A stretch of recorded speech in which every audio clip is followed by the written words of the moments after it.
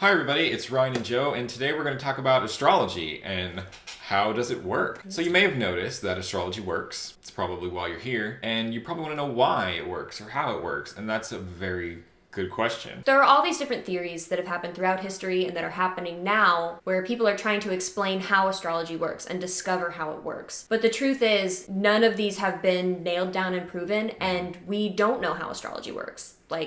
That's the unfortunate truth, is that we just don't know. But here's the thing. When you study astrology, there's one thing that you notice right off the bat. It's an internally consistent system. There is actual internal logic within this. It's not just like arbitrary made up stuff pulled from the air.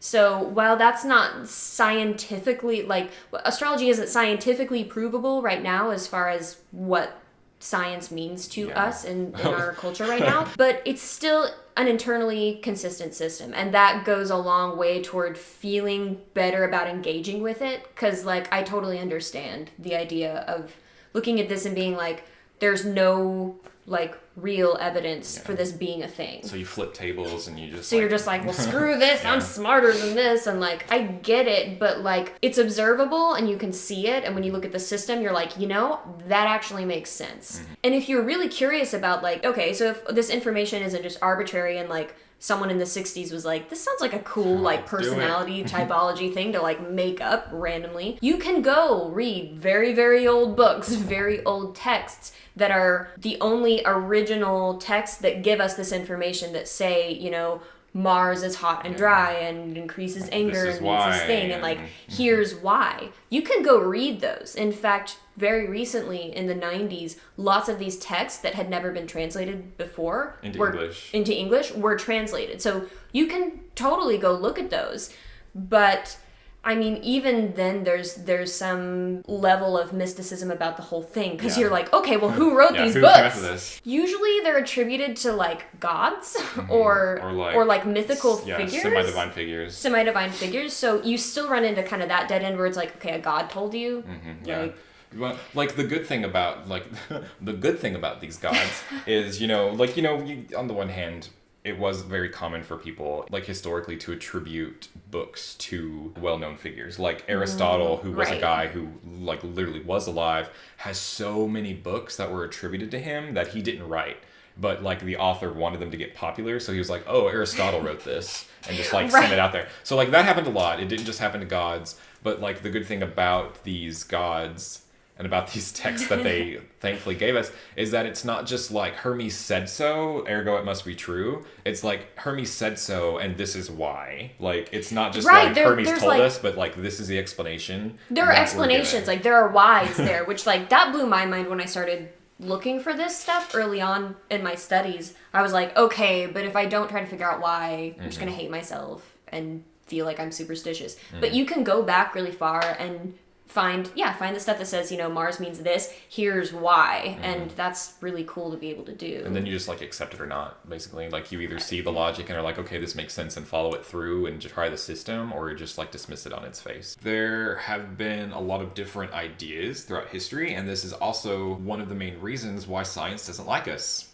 I'm gonna rip the band-aid off that. It's sort of one of the biggest divisions within a lot of these ideas about how astrology works is if astrology is causal or acausal. Basically, do the planets cause things to happen down here on Earth, and so their motions throughout the sky sort of, initiate things? Or is it acausal? Do they just sort of reflect what's going on in some sort of mystical connected way? Yeah, reflect is a really good word. It's just a symbolic reflection of the things that actually do happen, a correlation. Yeah, if it's more of a correlation versus something that would be acausal. And if people are like, Mercury made me say this, that's more of a causal. Acting like it's causal, yeah. Can I say something? No.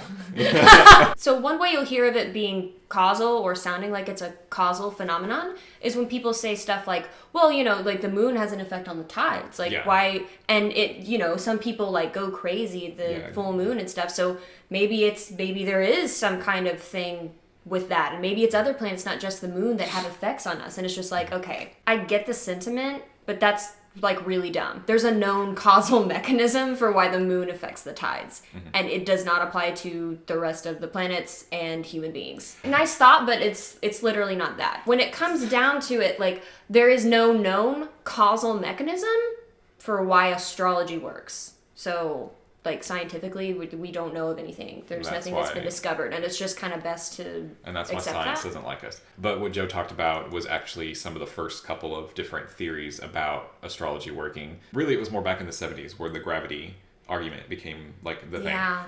Where it was like Joe said, the moon has an effect on the tides, and so is it that much of a stretch to say that astrology is a real phenomenon? Because astrology is essentially the study of celestial events and how they relate to celestial events, and that is like a legitimate one. It's sure. The moon controlling the tides is a celestial event that corresponds to an earthly event, and you could make the claim that is astrology in some way, that contains like the spirit of astrology, like on a basic level, and then just sort of branching that out into everything else. Like if it's gravity, then obviously like Saturn's gravity is how Saturn affects things, like going from there.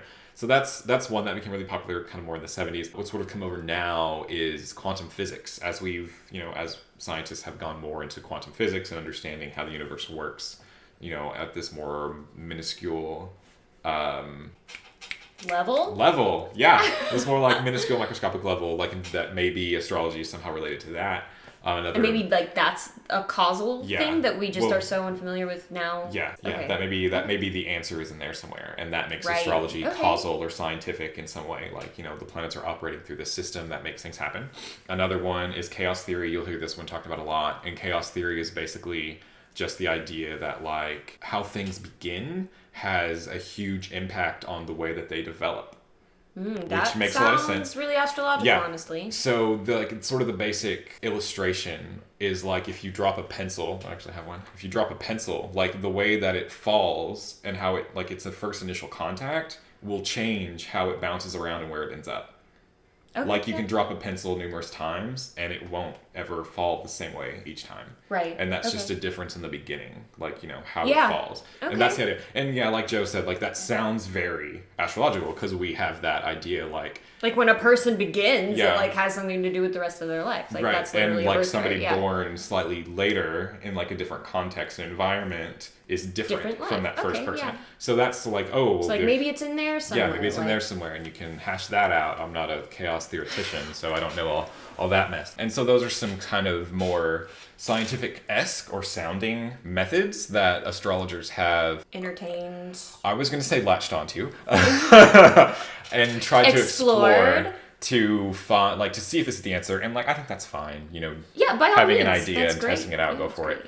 But this obviously isn't the only way. But one thing I will point out really quickly is that any method used to explain astrology within a scientific, physical, like physics kind of way is inherently causal. Yes, like there's no ifs, ands, or buts about it. It basically makes astrology a branch of physics, which maybe it is, and it makes it a causal thing. So that's my point there. If you're going to try to explain astrology through some sort of agreed upon scientific thing, you're trying to explain astrology as a causal mechanism, which is fine. I'm not saying that is. I do think that personal point. I do feel like the causal interpretations of astrology are looked down upon in the astrological community at large. Oh, totally. Yeah. Totally. That most people see like acausal as sort of like the only way to even present it. Yeah. A lot of times, honestly. Yeah. So like the biggest acausal system is synchronicity. Everybody knows about this. Everyone's heard about synchronicity. Yeah. This is the one that a lot of people point to, like, oh, it's synchronicity. This is what makes astrology work, or this is how this is how astrology works, or what makes it. Synchronicity, bro. Yeah. Would you like to talk about synchronicity? No, I'm good. That's all I had to say. So synchronicity was an idea that was named and popularized by Carl Jung. He called it synchronicity. And it's basically the idea that two things happening sort of at the same time are, would you say, like related? Seemingly unrelated things are actually related, but not like directly? Yeah, is that... but like they don't cause one another. Like that these things just sort of reflect one another in some, mystical way. This is how I do mystical ways. But they don't directly impact one another. Like there's some sort of like shadowy connection between the two that makes it meaningful, but it's not that, this caused this other thing to happen. And that's sort of the idea of synchronicity, and it's, become a really popular way to kind of sidestep the question, in my opinion, but that's, Like, it makes a lot of sense, and, like, I feel you, but also just being like, it's just synchronicity is like... Okay, that's fine. Okay, it's so... It's just hard to go forward from that. Yeah. But synchronicity isn't...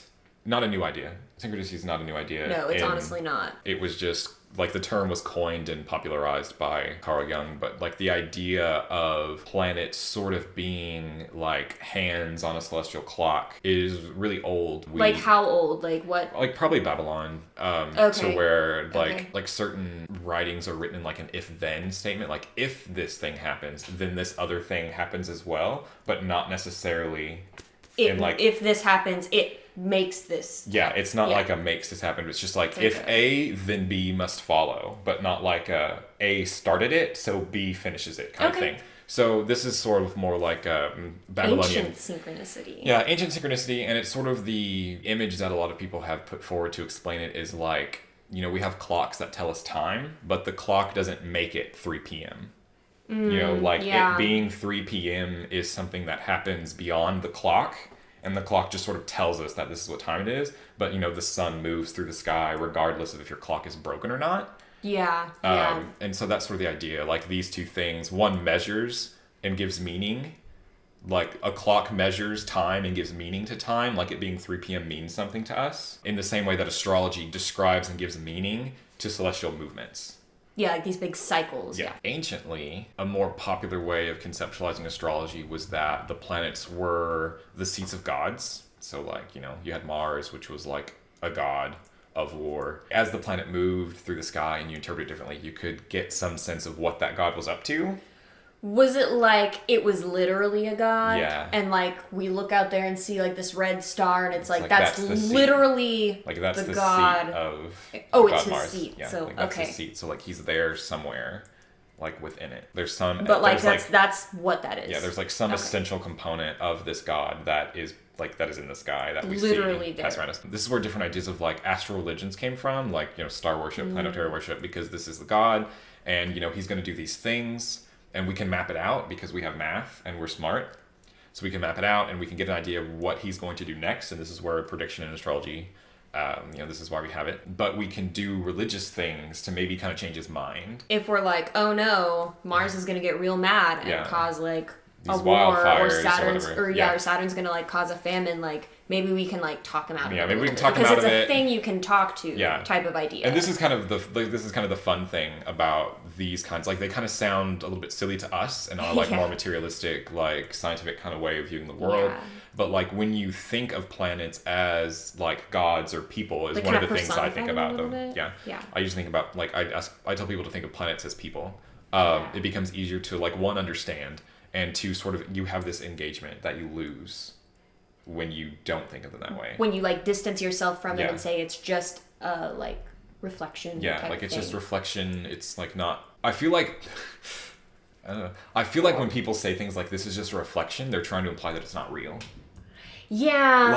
Like you have to there's take a it little seriously. bit of that vibe. Like you can kind of totally ignore this, but also it's kind of meaningful if you choose not to ignore it. So like it almost makes it less real, and you remove like the direct participation that like the much more older religious ideas have very deeply within them. That maybe Mars, if we leave it alone, will cause this wildfire, but if we do our part to like show him that he doesn't have to do this, or we can maybe like take that down a notch to maybe it's just very hot these next few days, like that kind of idea. And like it sounds silly, but this was religion sounds silly when you try to talk about it outside of its cultural context and things like that. So that's one idea. Planets are gods that cause things and do things. We can look and see what they're going to do, and then we as humans have the ability to do like to try and do something to intervene and be like, hey, please be nice to us. A precursor to a lot of our more sciencey ideas, like the precursor to trying to find astrology within quantum physics and chaos theory, is Ptolemy. Claudius Ptolemy,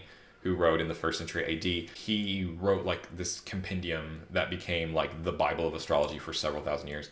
And in it, he really brings forward this idea of astrology as a causal mechanism, as a branch of physics, essentially, like as a thing that can be measured. And he does it through the idea of planets cause things based on their inherent nature. So we talked about Mars, like as a god doing things, but Ptolemy took out like the god, like the religious aspect of it, and said Mars is a hot and dry planet. And whenever Mars does things, he increases heat and dryness in the world.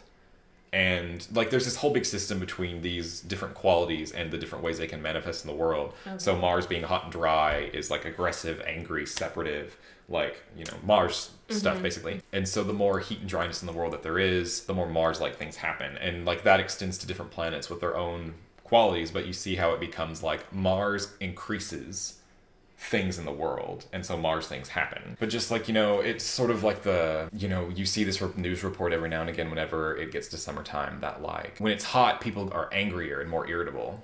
Yeah. Weird. Never thought about that. Sounds like really familiar. But like that's that relationship between like Mars, heat, and anger. Like as it gets hotter, as Mars becomes more prominent, it gets hotter, and as it gets hotter, people get more angry. Therefore, like Mars can make wars happen, more or less. Like people just get angrier and angrier until they're like fighting about it. And we're at war. And we're at war.